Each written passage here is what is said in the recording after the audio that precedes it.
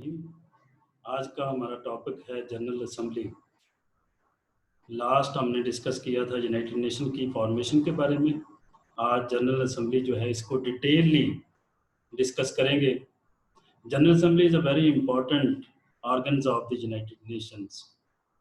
The main issues relating to United Nations being discussed in General Assembly. General assembly का जो role है दुनिया में पीस कायम करने के लिए, अमन कायम करने के लिए, पॉलिटिकल इकोनॉमिक क्राइसिस जो है वो उनको हैंडल करने के लिए ये बड़ा इम्पॉर्टेंट जो है वो रोल है। तकरीबन तमाम वो मेंबर जो यूनाइटेड नेशंस के मेंबर हैं वो जनरल असेंबली के भी मेंबर हैं। तो जनरल असेंबली जो है वो मुख्तलिफ तरीक़ों से जो है वो अपना काम सर अंजाम देती है। उनमें से एक इम्पॉर्टेंट जो प्रोसीजर है वो है रेजोल्यूशन के ज़रिए।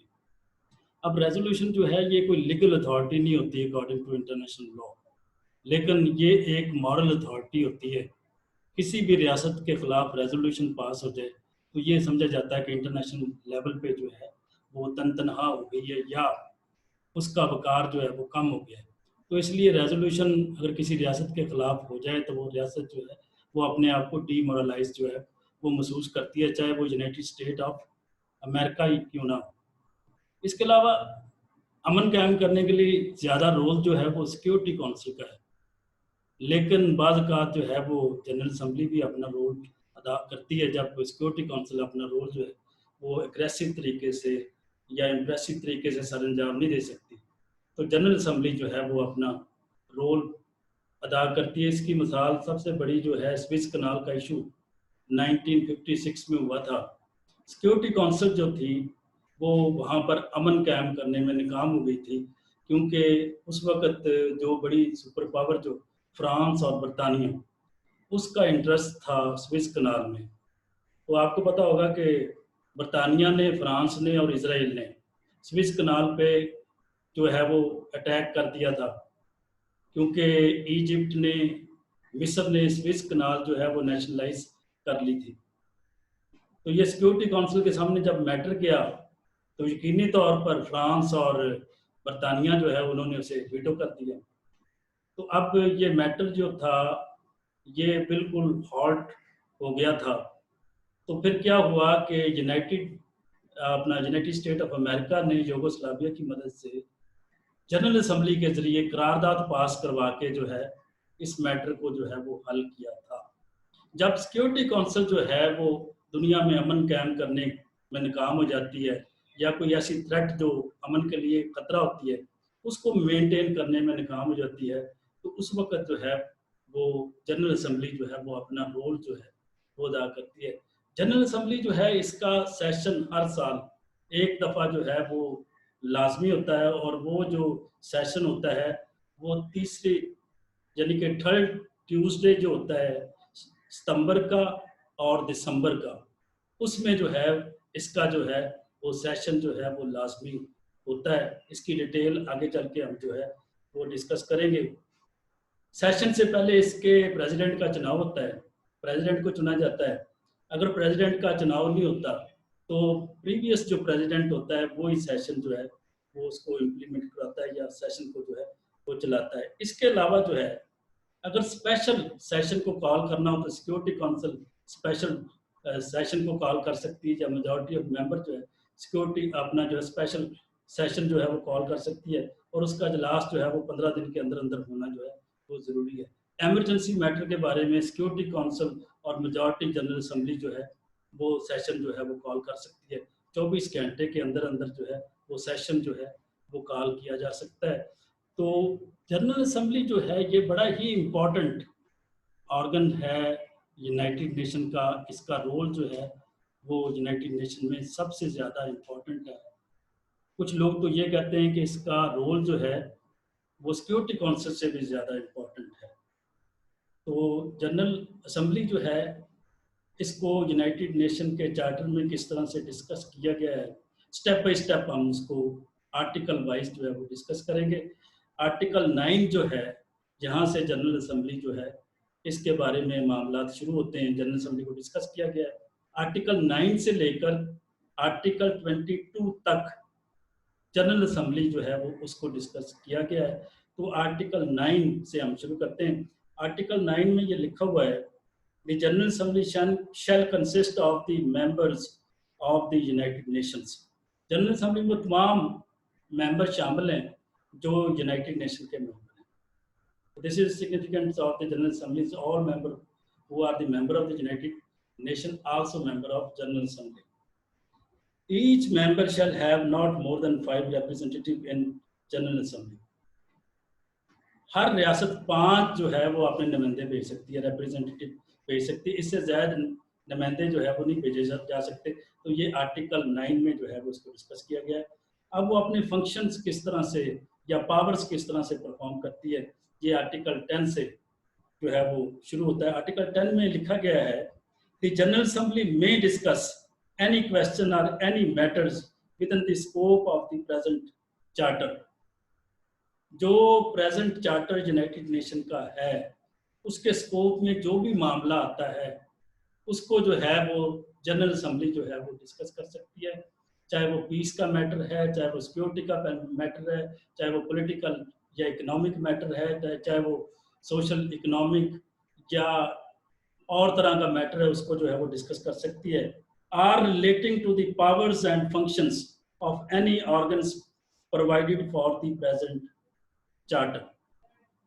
जितने बाकी 5 ऑर्गन्स हैं उनकी पावर्स के बारे में भी और उन्होंने फंक्शंस किस तरह से परफॉर्म करना है उसके बारे में भी जो है वो जनरल असेंबली जो है उसके पास इख्तियारात हैं, उसको डिस्कस कर सकती है। And except as provided in article 12।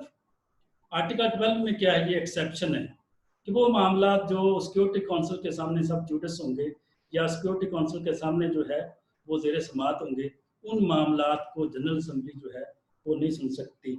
May make recommendation to the members of the United Nations or the Security Council of the both on any such questions or matter.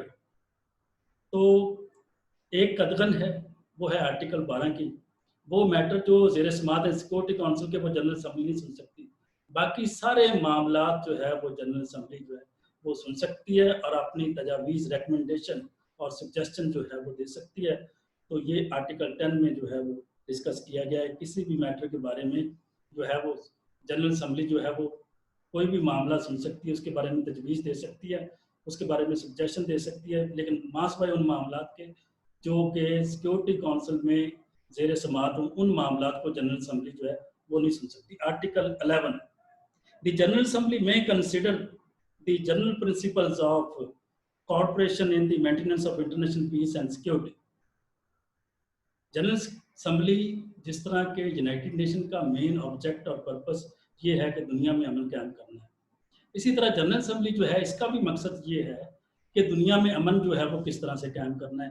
तो अमन कायम करने के लिए, पीस मेंटेन करने के लिए, security maintain करने के लिए जो है वो हर तरह का इकदाम जो है वो उठा सकती है, including the principle governing disarmament and regulation of the armament.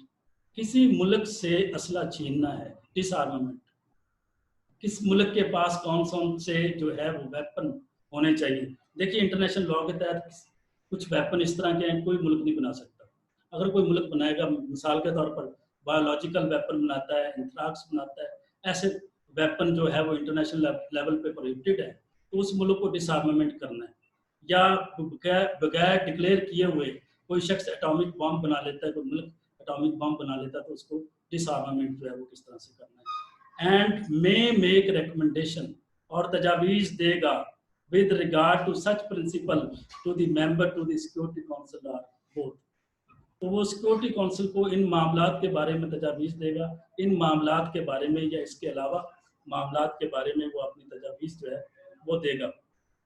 The General Assembly may discuss any question relating to the maintenance of international peace and security brought before it by any member of the United Nations or by the Security Council or by the state which is not member of the United Nations in accordance with the Article 35 paragraph 2 and except as provided in Article 12। कोई भी मामला general assembly उसके सामने लेके आए, security council उसके सामने लेके आए, कोई मुल्क उसके सामने लेके आए, इवन वो मेंबर जो यूनाइटेड नेशन का मेंबर नहीं है वो भी उसके सामने लेकर आए, तो वो तमाम मामला जो है वो उसको जो है वो ज़ेर समाअत कर सकती है।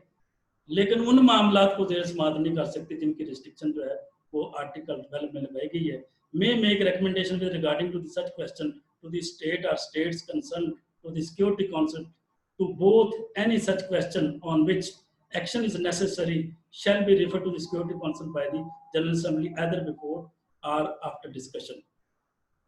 नंबर 1, सिक्योरिटी काउंसिल जो है वो मामला सुन सकती है, यानी कि सिक्योरिटी काउंसिल जो मामला सुन रही है जनरल असेंबली उसको नहीं सुनेगी। जनरल असेंबली कोई भी मामला सुनती है तो उसको डिस्कस करने से पहले या बाद में उसे सिक्योरिटी काउंसिल के पास जो है वो भेजा जाएगा। तो इस पूरे आर्टिकल का लुबलबाब ये है कि जनरली इख्तियारात जो हैं वो जनरल असेंबली के पास हैं, लेकिन पर्टिकुलरली इख्तियारात जो हैं वो हम ये देखते हैं कि सिक्योरिटी काउंसिल के पास ज़्यादा इख्तियारात हैं। The General Assembly may call attention of the Security Council to situation which are likely to be endanger international peace and security. General Assembly tension दिलवा सकती है यूनाइटेड नेशन की कि कोई मामला जो है इंटरनेशनल पीस के लिए खतरा है, तो उस मामले को जो है वो सॉल्व किया जाए। The power of the General assembly set fourth in the article shall not limit the general scope of the article 10। तो आर्टिकल 10 जो है वो उसके को साथ मिला के जो है जो पावर जनरल असेंबली की उसको जो है वो कम नहीं किया जा सकता। जनरल असेंबली के पास हर तरह का इख्तियार है, हर तरह का मैटर सुन सकती है। सिर्फ एक रिस्ट्रिक्शन है, वो रिस्ट्रिक्शन क्या है कि वो मामला जब सिक्योरिटी काउंसिल में चला जाता है तो उसको नहीं सुनती। आर्टिकल 12 जो है इसका जो है वो इंटरनेशनल रिलेशंस में CSS एग्जाम में इसकी जो है वो प्रोपोजिशन के तौर पर पूछा जाता है।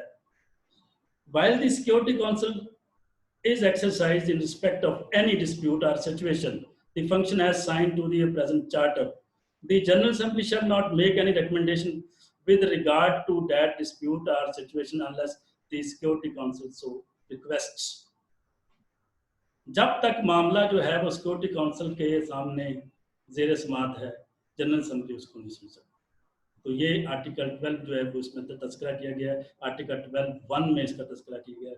प्रोवाइजो 1(2) में कहा गया है the Secretary General with the consent of the Security Council, Security Council की रजामंदी के साथ सेक्रेटरी जनरल जो है shall notify the General Assembly at each session of any matters relating to the maintenance of international peace and security which are being dealt with the Security Council. तो जो भी मामला जो है वो जनरल असेंबली के सामने जेर समाअत होगा, सेक्रेटरी जनरल जो है सिक्योरिटी काउंसिल के मशवरे से, उसकी मर्जी से सेशन के बारे में तमाम रिपोर्ट जो है वो जनरल असेंबली के सामने सबमिट करेगा। And shall similarly notify the General Assembly or the member of the United Nations if the General Assembly is not session. Immediately the Security Council ceases to deal with such matter. अगर general assembly session में नहीं है तो matter जो है वो तमाम जो मेंबर हैं जनरल असेंबली के उनको मुतला करेगा, और क्योंकि जनरल असेंबली सेशन में नहीं है, सिक्योरिटी काउंसिल जो है वो मामला सुनना जो है वो बंद कर देगा, सीज कर देगा। तो आर्टिकल 12 जो है इसका लुबलबाब ये है कि जब मामला जो है वो सिक्योरिटी काउंसिल के पास हो तो जनरल असेंबली नहीं सुन सकती। नंबर 2, जब सिक्योरिटी काउंसिल मैटर सुनेगी तो सेक्रेटरी जनरल जो है वो सिक्योरिटी काउंसिल की मंशा से, मर्जी से मामला जो है वो जनरल असेंबली को जो है बताएगा। तो ये आर्टिकल 12 जो है वो इसका लुबलबाब है। आर्टिकल 13 जो है, the General Assembly shall initiate such study and make recommendation for the purpose of. General Assembly जो है वो इन मामलात के बारे में तजावीज़ दे सकती है, स्टडी कर सकती है, इन्वेस्टिगेशन कर सकती है, इंक्वायरी कर सकती है। In which matters the General Assembly make a investigation, inquiry, observation, recommendation and suggestions.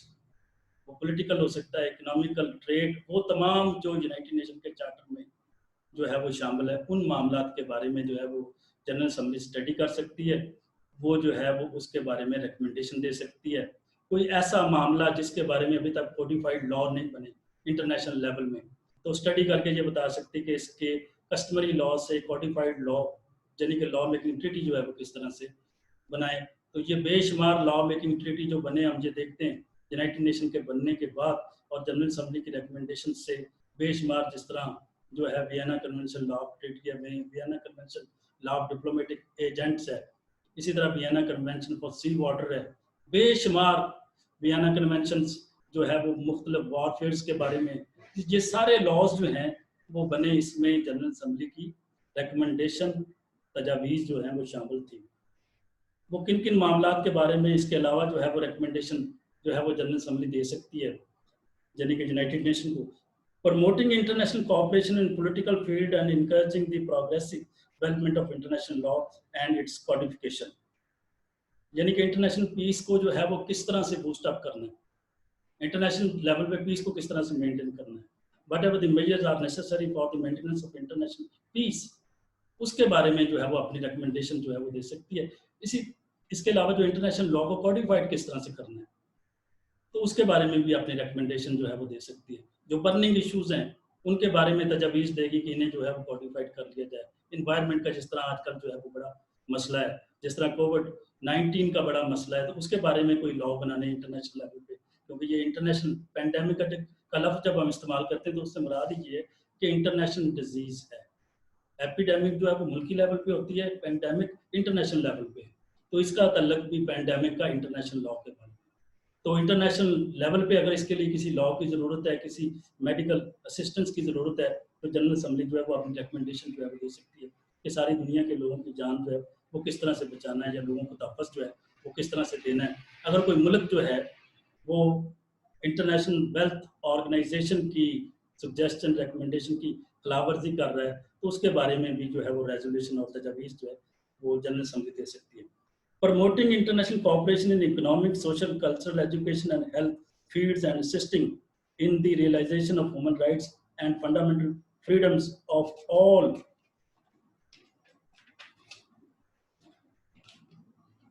without distinction as to the race, sex, language or religion, बगैर किसी रेस के डिस्टिंक्शन के, मजहब के डिस्टिंक्शंस के, दुनिया में इकोनॉमिकली तौर पर बूस्ट अप करने के लिए इकोनॉमिकल लॉ बना सकते हैं, जिस तरह WTO, वर्ल्ड बैंक, IMF वगैरह जो है आप देखते हैं। तो हम ये अक्सर जो है वो किस्सा आप सुनते रहते हैं कि हमें वर्ल्ड बैंक की किस्त चाहिए, इंटरनेशनल लॉ में इसको ट्रांस कहते हैं। We want to need take a trance from the World Bank और इंटरनेशनल मॉनिटरिंग जो है वो फंड का बैंक जो है उससे लेना चाहते हैं। तो ये सारा जो है उसके बारे में रिकमेंडेशन जो है वो जनरल असम्बली जो है वो दे सकती है। The further responsibility, functions and parts of the General Assembly with respect to the matter mentioned in paragraph 1 are by above are set for the chapter 4-5 जो है वो आगे चल के हम पढ़ेंगे उन मामलात के बारे में, यानी कि रेजोल्यूशन को किस तरह से पास करना है, पीसफुली मामलात किस तरह से सॉल्व करने, कोई मामला जो है वो पीस के लिए जो है वो डिस्टर्बेंस क्रिएट कर रहा है, तो उस मामले को किस तरह से सॉल्व करना है। आर्टिकल 14 जो है, subject to the provision of Article 12, the General Assembly may recommend measures for the peaceful adjustment of any situation, regardless of organs which it's deemed likely to impair the general welfare or the friendly relation among nations, including the situation resulting from the violation of the provision of present charter, setting forth the purposes and principle of the United Nations. Mass Y article 12 में जो restriction लगाई गई, article 12 में क्या restriction लगाई गई, जो मामला जो है सिक्योरिटी काउंसिल के सामने सब जुडिस है, प्रेजेंट है, उस मामले को जनरल असम्बली नहीं सुन सकते। उसके अलावा जितने भी मामला इंटरनेशनल लेवल पे पीस डिस्टर्ब होता है, कोई और मामला जो है जो यूनाइटेड नेशन चार्टर के तहत जो है वो उसका कोई मामला होता है, ऑर्गन्स के बाकी जो ऑर्गन्स है, बाकी organ social and economic council है, इंटरनेशनल कोर्ट ऑफ जस्टिस है, सेक्रेटरीट है, ट्रस्टीशिप काउंसिल है, ट्रस्टीशिप काउंसिल जो है वो एक ऑर्गन है यूनाइटेड नेशन का, वो ममालिक जो इंडिपेंडेंटली अपने आप को नहीं चला सकते, पॉलिटिकली और इकोनॉमिकली तौर पर वायबल नहीं है, उनका इंतजाम इस्लाम जो है वो किस तरह से चलाना है, तो उसके लिए जो है किन ममालिक के वो मुल्क जो है हवाले करना है, तो उसके बारे में जो है वो सारी तजवीज़ जो है वो जनरल असम्बली देती है। सोशल इकोनॉमिक काउंसिल के कुछ सब्सिडरी इंस्टीट्यूशन है, हेल्थ इंटरनेशनल हेल्थ ऑर्गेनाइजेशन है, ट्रेड जो जिस तरह WTO, इस तरह बेशुमार ऑर्गेनाइजेशन है, उनके बारे में जो है वो रिकमेंडेशन जो है वो कर सकती है जनरल असम्बली जो है वो उनके बारे में रिकमेंडेशन कर सकती है।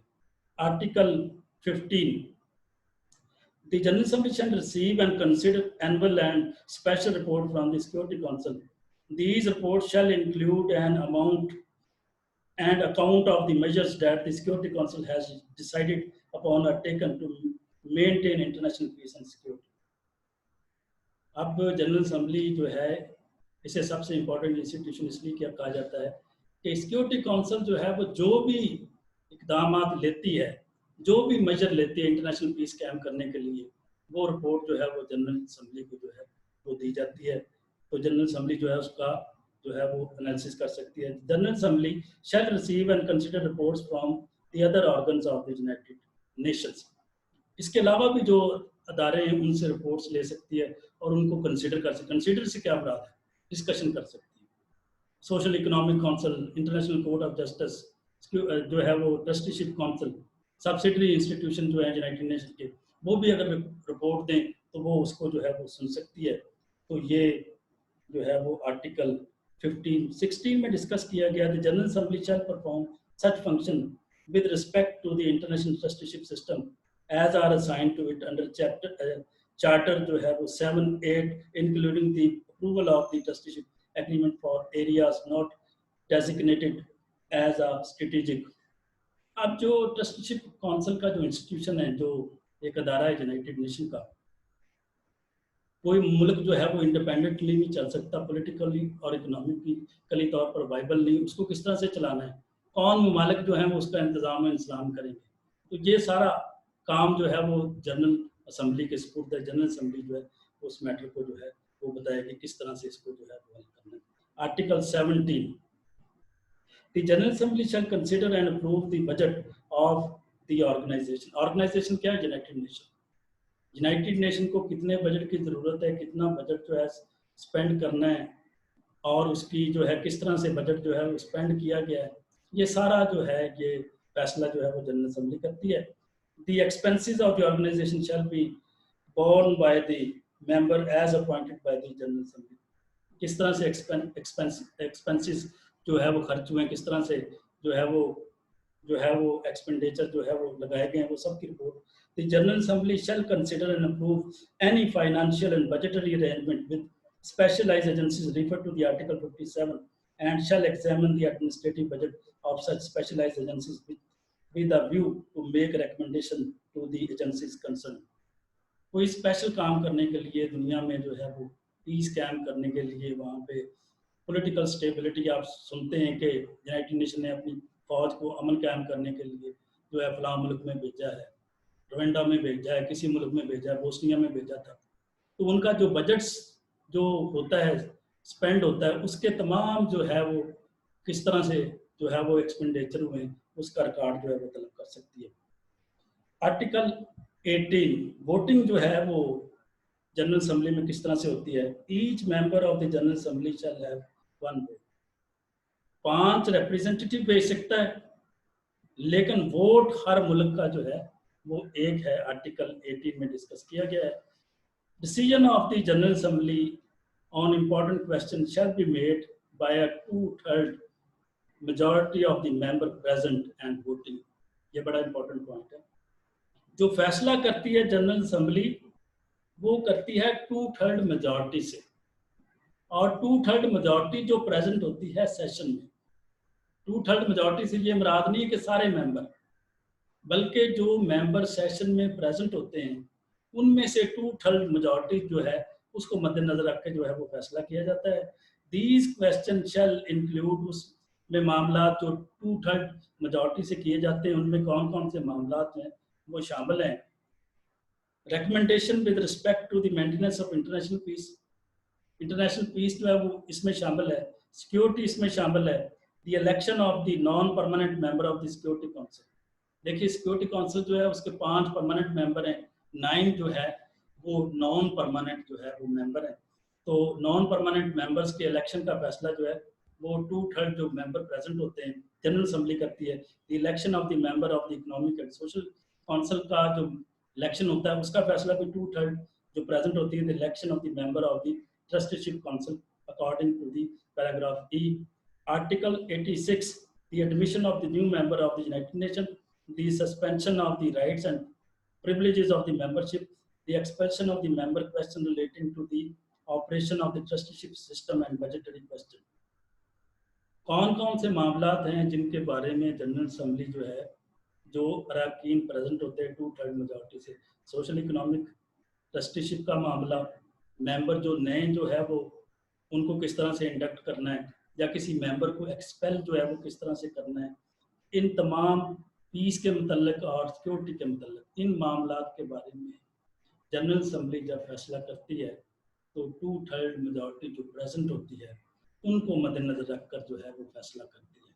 दोबारा मैं रिपीट करता हूँ, peace, security, Social Economic Council matters, Trusteeship Council matters, और इसके अलावा जो है कोई मेंबर किस तरह से जो है वो इंटर करना है, किसी को एक्सपेल किस तरह करना है, इनके बारे में जो है फैसला जो है वो जनरल असम्बली 2/3 जो प्रेजेंट होंगे उनको मद्देनजर रखकर जो है वो किया जाएगा। 3 है इसका proviso, decision on other question including the determination of additional categories or the question to be decided by 2/3 majority shall be made by the majority of the members present and voting। तो इसके अलावा जितने भी फैसले हैं वो किए जाएंगे 2/3 मेजॉरिटी से तमाम मेंबर्स की, लेकिन जो पहले जो मैटर वो 2/3 जो प्रेजेंट होंगे उनकी मौजूदगी में किए जाएंगे। Article 19, the member of the United Nations which is in arrear in the payment of the financial contribution to the organization। कोई मुल्क जो है वो डिफॉल्ट एरियर जिसके जुम्मे बकाया जाता है, जिसने जो है वो पैसे देने हैं, किसको देने हैं, यूनाइटेड नेशन को, shall have no vote in the General Assembly, उसे जनरल असम्बली में वोट डालने का राइट नहीं दिया। जिसके स्पुर्द जो है वो पैसे एरियर हैं उसे वोट डालने का राइट नहीं दिया जाएगा। If the amount of the arrear equal to the exceed the amount of the contribution due from the for the proceeding of 2 full years, 2 साल तक जो ड्यू होती है किसी भी मुल्क को, उसने जो है वो अपना जो है वो यूनाइटेड नेशन को पैसे देने थे, वो नहीं दिए तो उसके इक्वल अमाउंट जो है वो उसके जुम्मे वाजिबुल अदा है, तो इस सूरत में उसको वोट डालने का राइट जो है वो नहीं दिया जाएगा। आगे है procedure, article 20, the General Assembly shall meet in regular annual session and in such special session as occasion may require, special session shall be convoked by the Secretary General at the request of the Security Council of or the majority of the member of the United Nations। अब special session का आगे भी हमने जिक्र किया है, इसमें 3 point हैं आर्टिकल 20 में। हर साल एक दफ़ा जो है वो जनरल असम्बली का जो है वो इजलास होगा। स्पेशल जो है वो इजलास तलब किया जा सकता है 15 दिन के अंदर अंदर, आपको बताया था। एमरजेंसी का यहाँ नहीं बताया, एमरजेंसी इजलास भी तलब किया जा सकता है 24 घंटे के अंदर अंदर सिक्योरिटी काउंसिल और मेजॉरिटी की रिकमेंडेशन से। Article 21, the General Assembly shall adopt its own rules of procedure, it shall elect its president for each session. तो ये भी हमने पहले डिस्कस किया कि हर जो उसका सेशन होगा उसका प्रोसीजर जो है वो खुद अडॉप्ट करेंगे, और प्रेसिडेंट जो है वो हर सेशन के बाद नया प्रेसिडेंट जो है वो उसको नामजद किया जाएगा। अगर नया प्रेसिडेंट किसी वजह से नामजद नहीं किया जाता तो पहला जो प्रेसिडेंट है वो इस सेशन को होल्ड करेगा। The General Assembly may establish subsidiary organs as to deems necessary for the performance of its function.